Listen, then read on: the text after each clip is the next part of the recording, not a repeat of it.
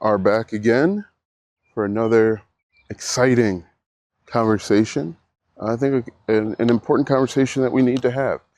We're going to talk about a few different things. One, of course, I'm going to give you a niche idea because that's incredibly important. Two, I want to talk about how you're going to fail, but that's okay. Okay? A lot of people get so hung up on not failing that it either forces them not to take any action at all, or they give up at the first sign of failure. And then three, briefly talk about what happened over the last couple of days. Last couple of days were incredibly emotional for me, which I think is important to talk about. And I always save that personal stuff for the end, just in case you are wanting to click off, and that is okay. So let's talk about two niche ideas that we could potentially take advantage of. One, death and dying. Death and dying, funerals, all of that stuff is a huge business. It's a huge moneymaker. And I know firsthand because we've gone through it recently. And so when you start thinking about it, someone like me that didn't know everything that was required when it came to death and dying and taking care of loved ones and all of the stuff associated with it, you can create content to help people understand the process. You can create content to help people make the transition, make the process a little bit easier. Okay, because a lot of people don't know what goes into death and dying. A lot of people simply don't know and don't understand all of the documents you need to submit. It sounds morbid, but literally everything is a niche. And you can monetize that in a few ways. There are affiliate programs for funeral homes. You can create digital products. You could create a mini course explaining to people exactly what they need to do step by step. One thing I always forget to do is I always forget to take a picture or sit still for a second so that I can do a screenshot for a video. And so I always have to kind of like scrub through the video and find a picture where I'm looking directly into the camera. Like that. So hopefully that'll be the thumbnail that I use. Anyway, death and dying is a huge multi-billion-dollar business. People obviously are dying every single day, but there's someone like me that doesn't know and doesn't understand the process, and you can make the process easier. It's a highly emotional time, and there's so much money wrapped into it. Paying creditors, filing with the county and the state, all of that stuff, what to do with the estate, how to divvy up the money, what to do without a will, if there isn't a will. That's a huge business. Okay, so that's one, maybe a little less morbid, and one that I've talked about before is, one that I've talked about frequently is simply like Microsoft Excel. I love the idea of starting an online business, simply creating content and talking about Microsoft Excel. Millions of people around the world use Microsoft Excel. And if you create content to help people solve that problem, and then you monetize that problem by creating a digital product, maybe you create a digital product with a list of hotkeys. Now, what you've got to understand is you don't have to be original. You don't have to, and what I mean by original is you don't have to have something, come up with an idea that has never been done before. And I think a lot of people get hung up on that. Well, 20 people are already talking about Microsoft Excel. That's a good thing. Don't think that you've got to come up with something that is untapped, undiscovered, whatever. You have your own take. You have your own position. You have your own knowledge, skills, and experience when it comes to it. Maybe you do Microsoft Excel for small business owners. Or, the new thing is incorporating AI with Microsoft Excel or Google Sheets. Maybe you create a course or tutorials showing people how they can incorporate Microsoft Excel with Google Sheets. So again, you don't have to come up with something new, undiscovered, untapped, hidden, nobody knows about. Take what's already out there, take what you already know, and improve it. Push it forward. Come up with new ideas that maybe people haven't considered. But don't feel like you've got to be unique and different, and I think that's what a lot of people, what prevents a lot of people from getting going, is they're thinking, oh, I have a lot of knowledge about Microsoft Excel, but there's already 100 courses on it. It doesn't mean that there isn't room for you. It just means that you are using that as a barrier to not take advantage of what you already know. So Microsoft Excel, go over to, if you want to validate your niche, go over to a website called Udemy. It's a course marketplace where people create and sell courses. Go look and see how many people have purchased Microsoft Excel courses. Maybe you specialize in creating macros, or maybe you specialize in creating templates. Maybe maybe your focus is Microsoft Excel for busy parents, or Microsoft Excel for architects. There's always going to be a sub niche that's available to you. So don't think that you've got to find something untapped, undiscovered, because that's not necessary. But what you can do simply is create content to attract people to you.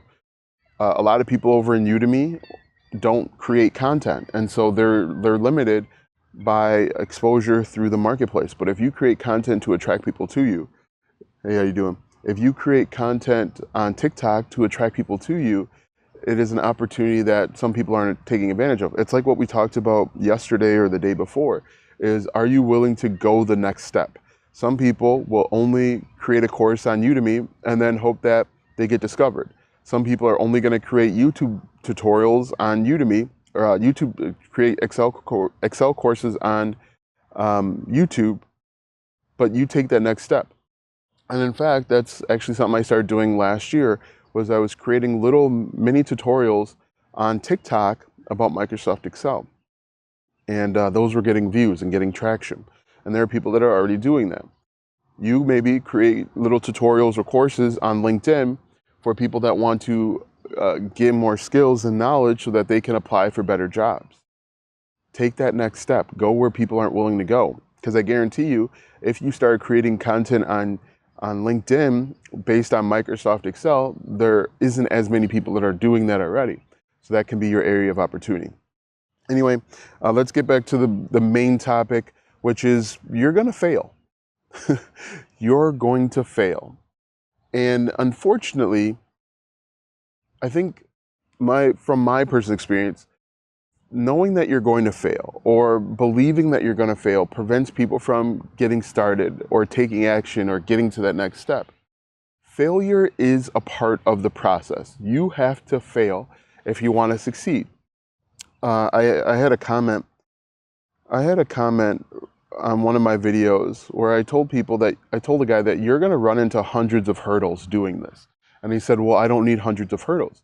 You have to run into these hurdles, because no matter if I lay it out for you step by step and I show you exactly what I did, which I do, how I was successful, your path is going to be slightly different, okay? And when your path is slightly different, you're going to run into bumps in the road. I'll give you a perfect example. Let's say I show you how to make a workflow on N8N, and I walk you through the process step by step. I say, you go here, you click this, you click that. Sometimes when you click something, it doesn't connect as easily or as quickly as when I connected it. And so you're going to have to do a little bit of research. You might have to go to Google or go to ChatGPT and ask a question on how to get over that hurdle.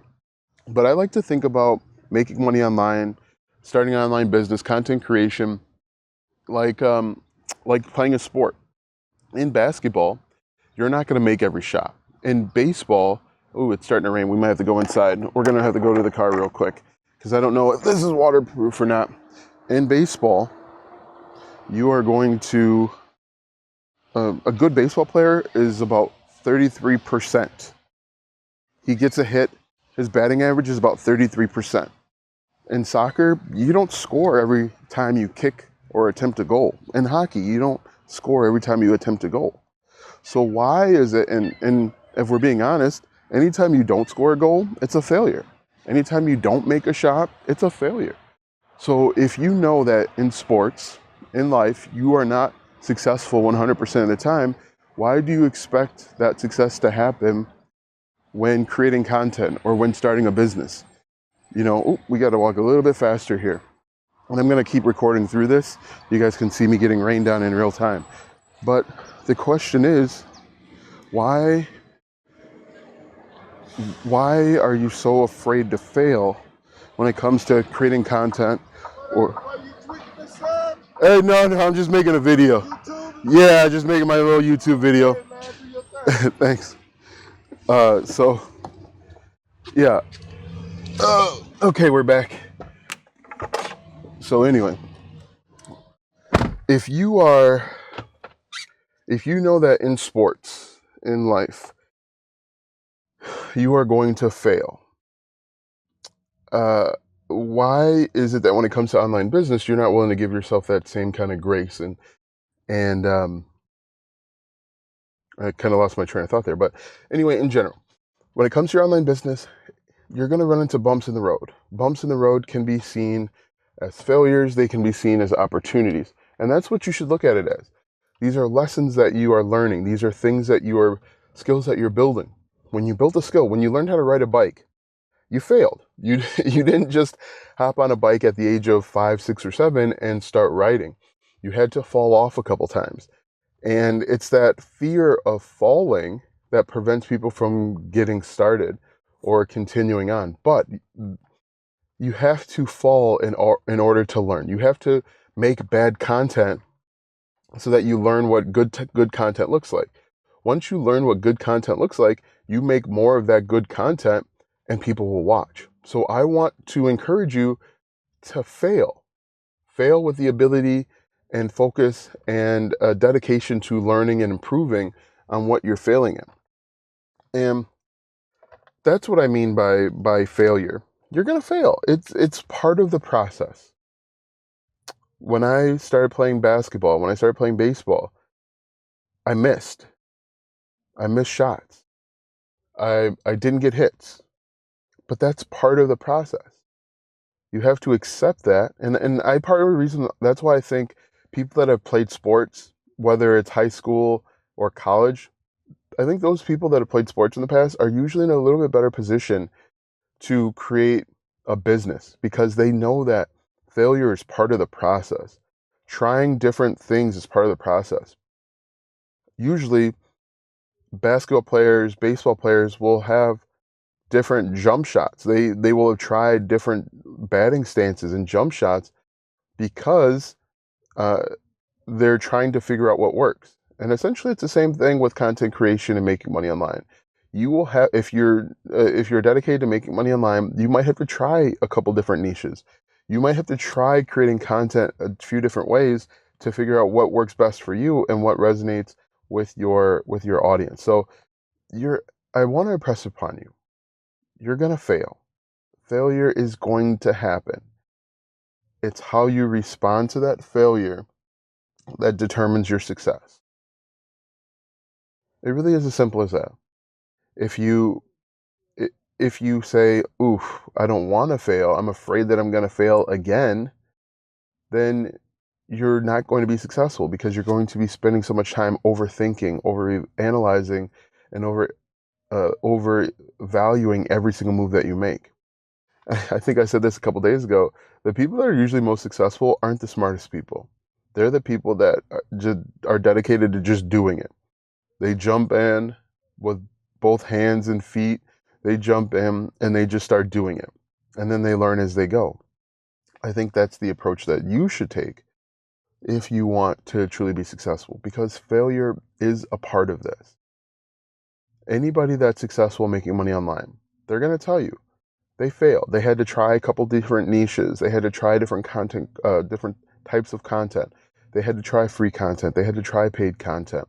And through those failures, they found success. I failed a bunch. I failed with writing blog posts. My YouTube videos have failed. Really, because I have 138,000 subscribers, anytime I don't get, I don't know, 10,000 views on a video, it's considered a failure. If I went by other people's metrics, like if this video doesn't get 10,000 views, people are going to say this video is a failure. They're going to say, how is it that you have 130,000 subscribers, but your videos are stuck at 2,000 views? It's all a part of the process. If you want to get where you want to go, if you have this dream of making, I don't know, 3K a month online, 5K, 10K, 20K per month online, you're going to have to get comfortable with the failure. And it's something that I think really differentiates the successful people from the people that continue to struggle. So from this day forward, Get comfortable with failure. Get comfortable with things not working out immediately as you see fit, right? Anyway, so that, I guess that's the message for your online business. You're going to fail. I wish I could find that. If I can find that comment, I'm going to post it. But, that comment, I see it every single day. He's like, I don't need hundreds of hurdles. You're going to get those hurdles regardless. You could shadow me every single day and do exactly what I do every single day. But your hurdles are going to be slightly different than my hurdles. Your successes are going to be slightly different than my successes. Your successes could come quicker, they could come slower, but they're going to be different. And I just want to make sure that we're clear. There's two different types of challenges. There's hurdles and there's roadblocks. Hurdles are things that are designed to slow you down. So if you are driving in a shopping mall, those little bumps, speed bumps, those are designed to slow you down so that you're not racing through the parking lot and you take out a bunch of people. A roadblock is when there's a down power line. It just started raining here, and let's say a lightning strikes a tree hits a power line, the road's closed. That's a roadblock. You're forced to turn around and go a different direction. A roadblock in online business is when you're using like trademark and copyrighted material and you don't have the permission. A roadblock would be you using like Disney to make money. Like if you made t-shirts with Mickey Mouse on it, that is not something that you can do. That's not something. That's not something you'll be able to do for a long time. You might get away with it for a few weeks or even a few months, but once Disney gets wind that you're making money without them, you're gonna get a nice little. You're gonna get a letter in the mail, or maybe your Etsy account will get shut down. Right. So anyway, that's the difference between hurdles and roadblocks. Just know, I want you to truly understand, and I want you to truly grasp the fact that you're going to fail. And failure's not a bad thing. If you've ever, if you've ever tried to edit a video and you thought it would take you an hour to edit a YouTube video, and it wound up taking you 3 hours, or even you start making a YouTube video and you press the wrong button, and instead of the video being saved, it gets canceled, which happened to me a couple days ago. That's an epic fail, because I couldn't remember everything that I said in the original video, and I thought I had some good points. Just understand that you're going to fail. It's a part of the process, and it's okay. We've all failed. We continue to fail. I'll upload a TikTok video that gets stuck in the 200 to 300 views jail. That's technically a failure. But what can I learn from that is the question. All right, anyway, so that is the message. Now I want to talk a little bit about some personal stuff that happened to me over the last couple days. You're going to see this probably on Saturday. Thursday was a final walkthrough. Ooh, a Cybertruck. Thursday was a walkthrough to close out my mom's house. On, I think, Tuesday.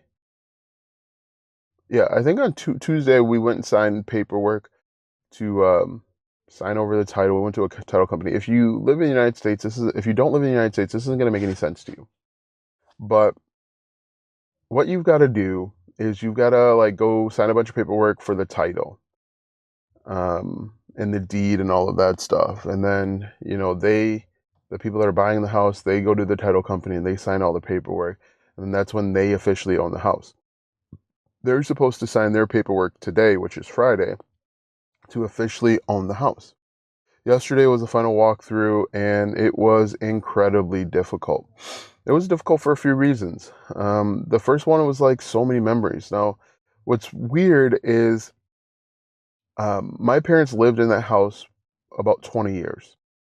They moved into that house when I was in college. Um, so I have some memories of living in that house, but a lot of the memories that I have are from our first house, or the first house that we lived in. And it was really crazy and surreal. I started thinking about a couple things. One, the final scene in The Fresh Prince of Bel-Air with Will Smith, where he's just standing there with his hands in his pockets, looking around at the empty house, because that's what I found myself doing. And um, just all of the memories, every single thing that I touched and walked past had a memory. For example, there in the kitchen room in the kitchen there used to be a table, and every Friday for a period of time before my dad got sick, my wife and I and my mom and dad would go there and play games. We'd play like Monopoly, or we would play Spades, something along those lines. I am a vicious Monopoly player. I play Monopoly until I win. We will play for like hours. Um, One time, my dad, for whatever reason, loved to light candles, and he lit a candle, and the candle wound up burning and catching on fire, and it was dripping all over the place, and so that was pretty funny. Um, I also had memories. I was looking at TVs that we had mounted, and the the chore that was mounting these TVs. Walking through the house and seeing all those different things. And I even said in a TikTok video, I said one of the things that I used to do is I would go over there and I would eat because my mom would cook, obviously, or my dad would barbecue something, and I would hang around after about 30 minutes after eating, and I would say, well, I hate to eat and run, but I gotta go. And I would go and continue about my day. But yesterday, I found it hard to leave. I just kept walking from room to room, and it was difficult for me to actually leave because it would be the last time that it would be our house. And my wife said something really interesting. I don't know if I can pull the phone out, but what she said, which was crazy, because uh, her mom moved, and let me see if I can pull it up real quick. Um, let's see. She said, and this was really crazy to me. Um, let's see. I remember leaving our old house empty the last time we were there. It was very surreal, like you're physically closing a chapter of your life against your will. And you know, that's kind of what it felt like. You were leaving. You were closing a chapter suddenly, abruptly. So that was very emotional. Um, Another memory that we had is after my dad had a stroke. He in the winter, he wanted us to turn on the fireplace, and he had one of those wood burning fireplaces. They built this house. The other thing too is my mom, they they built this house. They were the first owners, the only owners. I can remember her telling me the pain that was building a house, because she had to go to Master Built or Mastercraft and pick out the type of doorknobs. And anytime they wanted something, they wanted more money, which is pretty crazy. Um, anyway, they he he wanted he wanted us to start a fire inside of his fireplace, and we had never done it before. And so one of the things that we didn't realize we had to do was we had to like open up the fireplace so that the air would escape, and we didn't know how to do that. He wasn't able to communicate after having a stroke. He could only like mumble and swear, and he couldn't walk. So it affected, I think, the left side of his body, so the right side of his brain. And he kept gesturing to us, and he was getting so frustrated because we had no idea what he was telling us to do, and he couldn't get up and do it himself. But it was a funny memory, but kind of a sad memory as well. And the last thing before I let you go was, what's really crazy is my parents my parents got to experience the American dream. Um, my my mom grew up in North Charleston, South Carolina. Uh, she says she can remember going to downtown and it still being segregated. So, it wasn't that far ago. And, through hard work and dedication, working 2 and 3 jobs and having side hustles, they not only were able to buy a house originally, they were able to build their second house, and then, leave stuff for their children and their grandchildren to help continue on the legacy. Of course, when I'm making a video, we've got a guy here mowing the lawn.